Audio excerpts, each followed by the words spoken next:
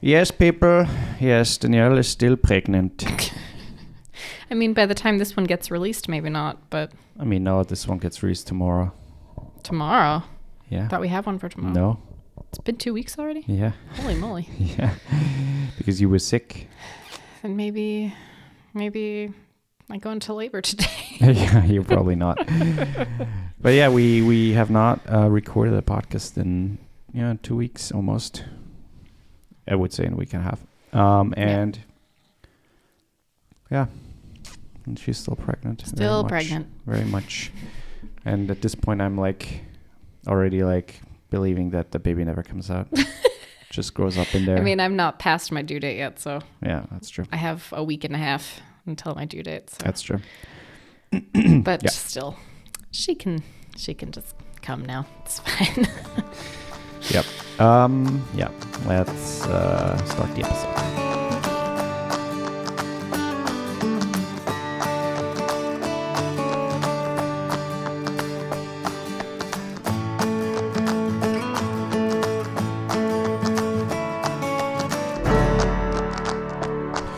Welcome back to a new episode of Hello, I'm Listening with me, Woifi, and Dani. On the other microphone, or as we say, the potato phone. And also in the room is Bean.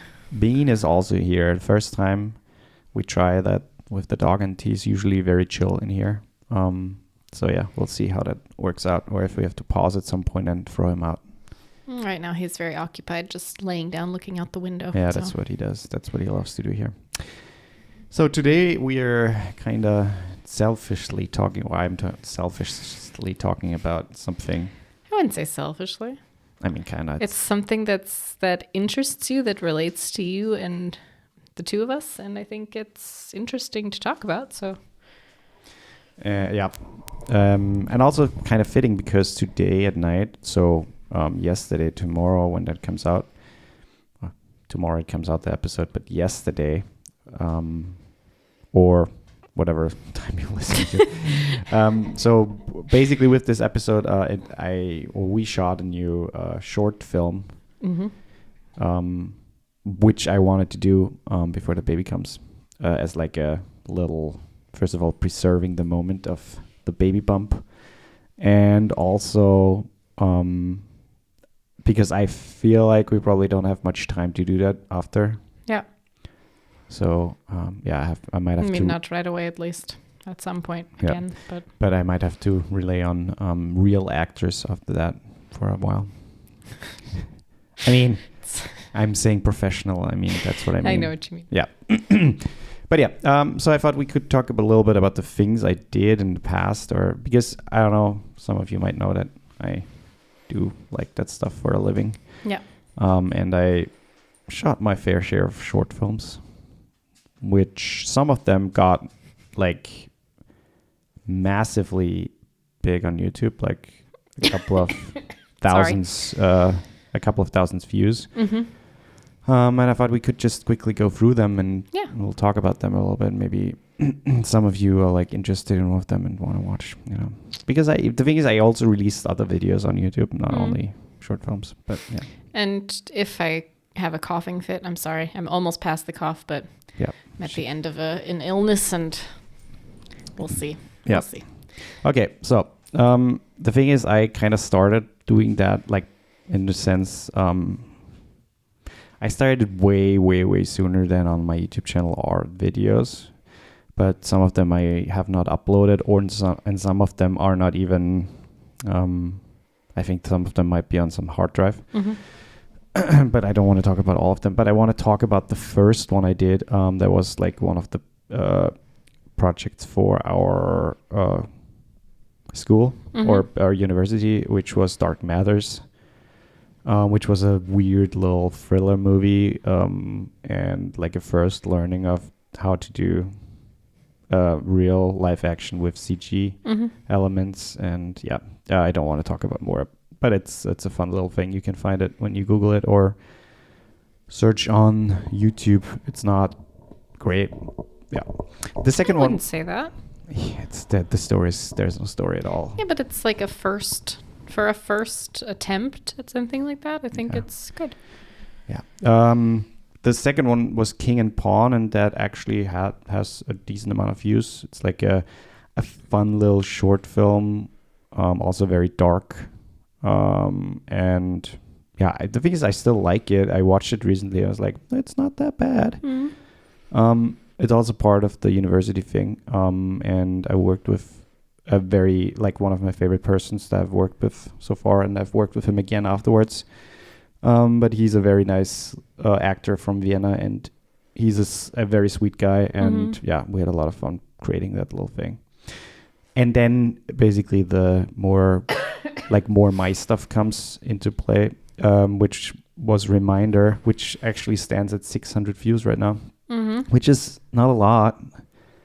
I released it in 2019, and it's still one of my favorite things I've done. And it never really got traction. Unfortunately, it never fell into like an algorithm, which I don't know, makes me a little sad because I think it's a very nice little film. Also done with the same actor. Yeah, exactly. I asked him to do it for my master's project, essentially. I think part of the issue with it not gaining so much traction is because it was done in German.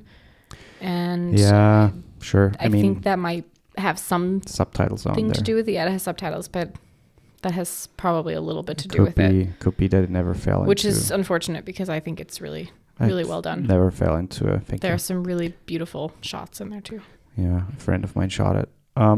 Yeah, but that basically started my personal journey of doing like some short films. And then the next one was basically during the first lockdown with COVID, called The Call, which was like a 48-hour or 72-hour short film competition where you could win a couple of things. I didn't win anything. I think it never entered the competition because there was an uploading problem or something. I don't remember. But it stands at 22,000 views on YouTube, which is kind of cool.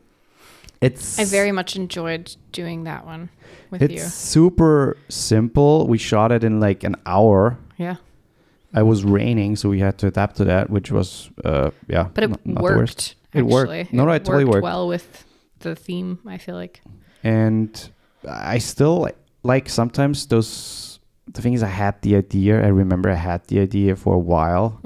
I never fleshed it out, but I had it written down. And maybe just briefly I mean, describe what the idea is. Just a woman walking down like a path, and she gets a call, and she talks a little bit with that person on the phone, but don't give away the ending. Yeah, and we basically it's her husband or her boyfriend or whatever. And there's a little twist at the end. It's super short. It's more of a drama. It's more of a drama, but I think it hits the right spots. It's I don't know, super simple, but at the same time shows that simple ideas, simply executed, can also be meaningful. I also, of all of the ones that we've done 4 now together, and right 4, and that was my favorite one to do, simply because for me. I mean, the other 3 were more horror thriller shorts. Yeah. And for me, the drama stuff is easier for me to like connect with. So I feel like it's more natural when I'm doing it. So like when I watch that one, I feel much more connected to the character that I'm playing. And while we were filming it, there was a scene where I actually legitimately cried because I'm like, whoa, like, I don't know if you remember after we shot one scene, I was like, fuck, I'm actually crying. No, that's because true. I really was able to like, I don't know, connect with those emotions. I mean, those emotions are I would say more easier to call upon because being like super freaked out or disturbed or something like that I think it's harder. I agree. Especially, I mean, you said it multiple times, you don't know what to do with your face, and I think that's a lot of you just go in front of the mirror and you train what to do and how to look scared.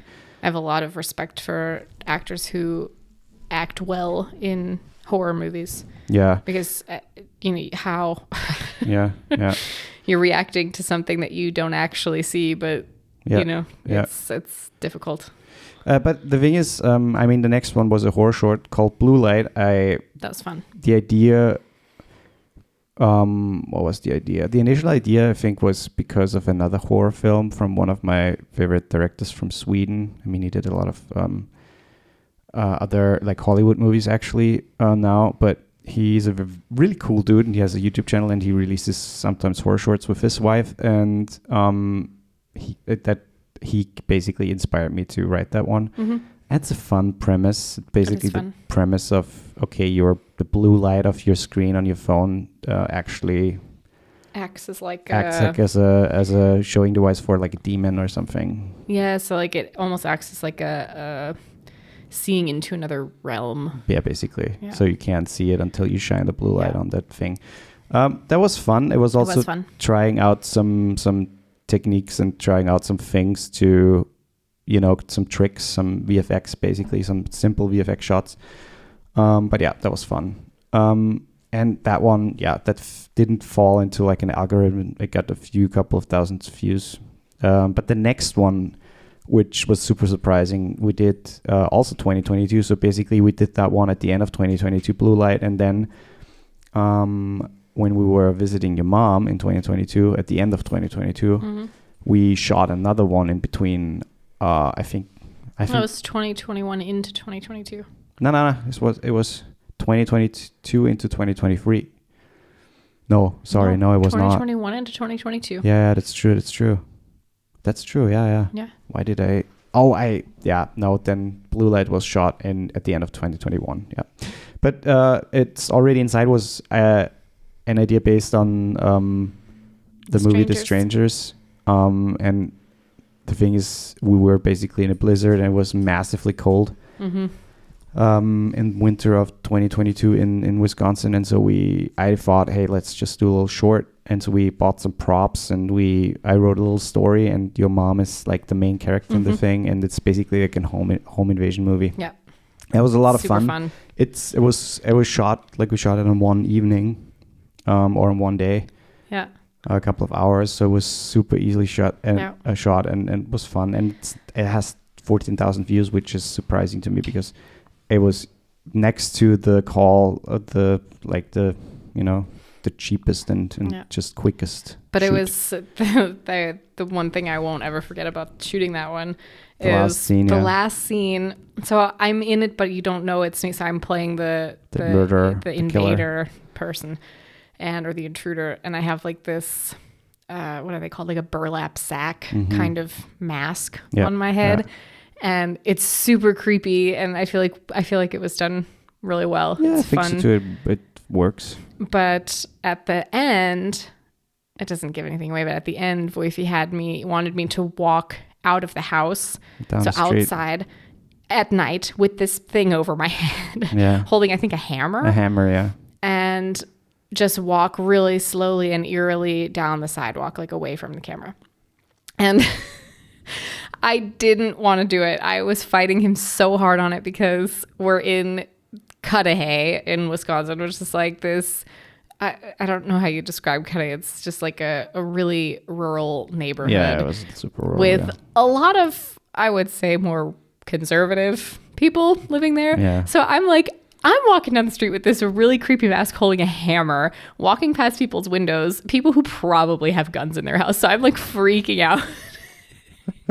And then there's I see in the distance like a guy walking towards mm-hmm, me from the other direction. I'm like, fuck, I'm gonna freak the fuck out of this guy. Like, I can't do this. And I remember, because I knew you wouldn't hear any of the sound from the actual sound, so I remember as I'm walking down the street, I'm like begging you to cut. I'm like, okay, can we stop now? Are we done now? Can I please stop? Yeah, that's true. Yeah, that was not my favorite part of it, but overall it was a really fun. I liked shooting that one, and with my mom, it was fun to it was totally fun, and she did a great job. She did. I mean, there was not a lot of acting involved, and she has one scene. I don't want to give it away what it is, but she has one scene. She has she doesn't like it a lot because of her acting. But that was a fun one, and that was 2022, and so I didn't do one for 2 years basically. For 2 years now. I mean, I made a lot of other YouTube stuff, but no short film. And so, I mean, we built, so next to building, it was a little hard to actually shoot something. And I don't know, last year I had like a fatigue or some I don't know, I felt not really creative. I don't know. But I don't know, in summer or in September I wrote this little script. I think I did. I don't remember. Or did I? No, I wrote it. No, I wrote it actually in November, close to shooting it. And I was basically already prepared to shoot it, and then I broke my hand, so we had to postpone it, or we couldn't really do it. And so now we shot it, and basically 2 weeks ago. Yeah. And it's coming out today or yesterday when you listen it on Friday. And yeah, it's a horror short again. The thing is, I already talked to you about that. You edit it and you watch it a couple of times and you try to make it the best it could be, and also in a certain amount of time. We talked about this yesterday in my course that I'm teaching with the students, where they are like, editing their. Have you showed them any of your shorts? Yeah, we watched some of that. But we watched, we talked about the editing from their project, and it was like, this one, blah, blah, I don't know, blah, blah. And then, I obviously showed them the thing that the course last year made. And they're like comparing, like, oh, but this is so much better, and blah, blah. And I'm like, yeah, you can't really compare. Those are two different things. And, I'm telling them all the things that I usually ignore myself. Yep. But with project like that, you at some point you just have to say, okay, fuck it, I'm done with it. Just leave it alone. Releasing it. That's the best that I can do right now at this point. And sure, if I would ask someone else or would give it to someone else, they maybe can do something better with it or change a few things that the whole thing works better. But yeah, but I think it works well. It's just. I changed a few more things today. Horror is, I think, a really difficult thing to shoot and to act. I think acting is a big thing, but at the same time, I think with horror, at least, that's why I like doing it, because first of all, it's a lot of experimenting, but at the same time, it's just finding something that makes people uncomfortable. But that's the thing. It's hard to build the suspense, I think. I don't think that's an easy task. I don't think it's easy to come up with, writing is the thing I'm thinking of then. Like maybe shooting it is a little easier than writing and acting a horror. But I don't know. It feels like to be able to write something, like put down on a page how to build suspense in a scene where there's not a lot of talking or interaction with other people, because if all of the shorts that we've done, with the exception of the one with my mom, have just been solo. I'm the only person in the short, and so but that's easy because you take away a lot of opportunities or options, and you are left with one person. But that's why I feel like it's hard to build suspense. Or a radio or a TV that explains the situation, and that's it. Yeah. And that for me makes it easy because you I would feel like that makes it harder. Maybe, but because you need a lot of. You still need to throw in a lot of context. You have to have some like exposition. You have to have some exposition and some explaining, and do it in a way that's not like in your face exposition. Sure. But I think the initial thing is to find something that, like, the thing is, some people will be scared of it. Some people will shrug it off and not even say like, okay. But for me, it's finding something that is super creepy that could happen, or if it would happen to you, it would freak you out. Yeah. And that's the thing, because if you find something like that, people automatically think about like, fuck, if that would happen here, I would just fucking die. Sure, but that's the thing that was so hard for me in those situations. I feel like blue light was a little bit easier for me to do, but there were even scenes in that where I'm like, I don't know how to act panicked. I'm not an actor, so that's part of it, but I don't know how to act panicked about something if I can't actually like see it, or if I can't really experience it or relate some sort of experience to it. which is why I said drama is easier for me. Yeah, sure. But I think that's also trainable. I mean, it's not. Yeah. But I'm also super uncomfortable in front of a camera. So that's hard for me to get past. And I feel like it would be different if I was acting with other people. But because it's just me, because I loved doing things like theater, like I never had, like I wasn't like a stage fright. I mean, sure, it's all on you, sure. But because it's all on me, I am almost like, I have like this weird feeling of embarrassment when I'm in the room with you pointing a camera at me. Because I'm in my head, I'm like, he has these expectations. He wants it to be a certain way. I don't really. And I can't maybe deliver the way that he wants. That's the thing about those projects. And then I'm almost embarrassed by it. That's the thing about those projects. Those projects are fun little things that I love when people respond to it. Yeah. And I get some views. I really love that because that's like the cherry on the top. But those little things are just, first of all, things to try out new things, to do something. And I love to do narrative things. I love to do little short films. And, you know, I have a lot of people around me who would love to do things like that. But it's not always easy to, first of all, get people together. And only because they say they would love to do something like that doesn't mean they really then, you know, show up and put in the work. Because it's a lot of work. And I have written another script, a really cool script that I would need people for. I could do it alone, but I don't want to do it alone because I feel like this one deserves more preparation and also a more time and effort. But those little things that we do they're like little exercises, and that's why I don't have any expectations.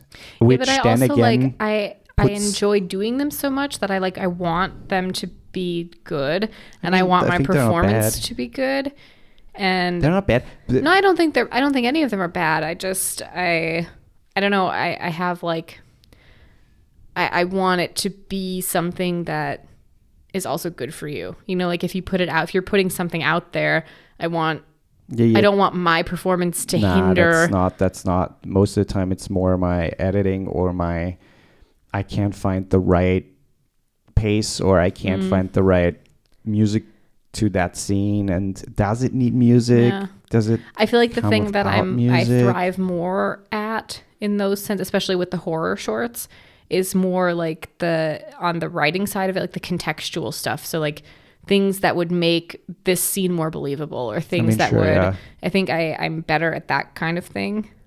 So like I feel like I hope that that's true, but I feel like I give good input in terms of like, if this were really happening to me, I wouldn't do it this way. I would do it this way, or you know, we have to add this into it to make it believable that I would still be here. That's also a good point, because that brings more realism to the whole scene. Because a lot of time in horror movies these days, you have to dumb down the protagonists, or you have to make certain things happen on accident for the story to progress. So for certain things to happen, and you know, like in like horror movies, when some, like, say for example, something happens in like a basement or something where there's no light, the light's off, whatever, or the power goes out, and the person just like goes in the dark basement with no light, no flashlight. It's just the thing is, I would never in a million years do that. The thing is, I would. Oh, I wouldn't. If you don't expect anything bad, and most of the time you have to, you know, they live their life without having experienced anything bad in their lives, and there are no ghosts most of the time. Like they live in a world where there are no ghosts or demons, and then they get confronted by that. So sure, in the first encounter, they just walk into it blindly because. But I'm talking more about like once they've had encounters. I mean, sure, and then they continue to do stupid things, and it always kind of throws me. Like that's why it's so hard to impress me with a horror film, because there are a few horror films that I feel like do it correctly, where it's like they actually make the characters intelligent in that sense, like street smarts. I don't know. But I very much enjoy doing the short films with you, and I hope that we do more. And I would love to be better at expanding my. Well, he might drop his Beans walking with a very heavy toy right now, and he might drop it. But I would like to expand my abilities on certain things and try to be more comfortable. I mean, the thing is with acting, a lot of the times, I mean, there are different approaches, obviously, and people get to certain feelings and emotions differently.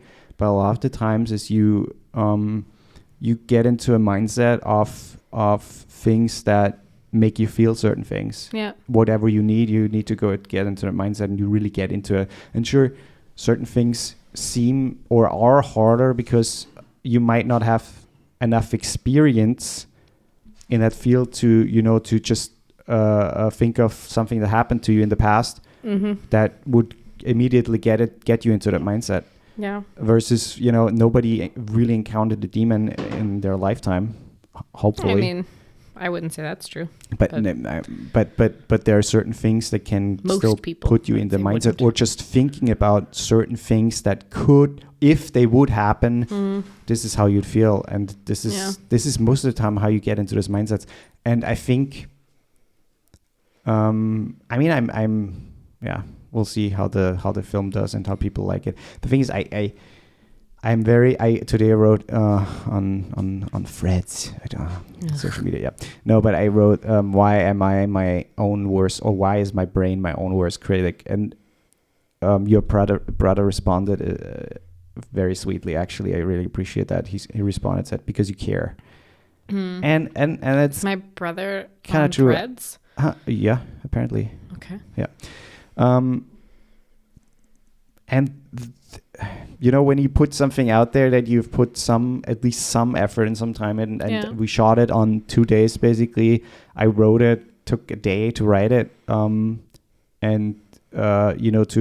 overthink it. Editing took at least a day, if not even 2 days, probably more than 2 days even. And you have to also just think about, okay, this thing doesn't bring any money, so I can't put an endless amount of time into it, but I still want to make it as good as possible. And then you see it for the 20th or 30th time, and you're like, oh shit, this thing is not good, or this thing doesn't work, or and most of the time it's just getting over the feeling of, okay, fuck it, I'm just doing it, because who the fuck really cares? If someone then comments, oh, this sucks, then that's how it is. But maybe some other people just like it, and that's kind of, that's with, we've talked about this before, that's with every art form. I mean, I don't think there is such a thing as bad art, because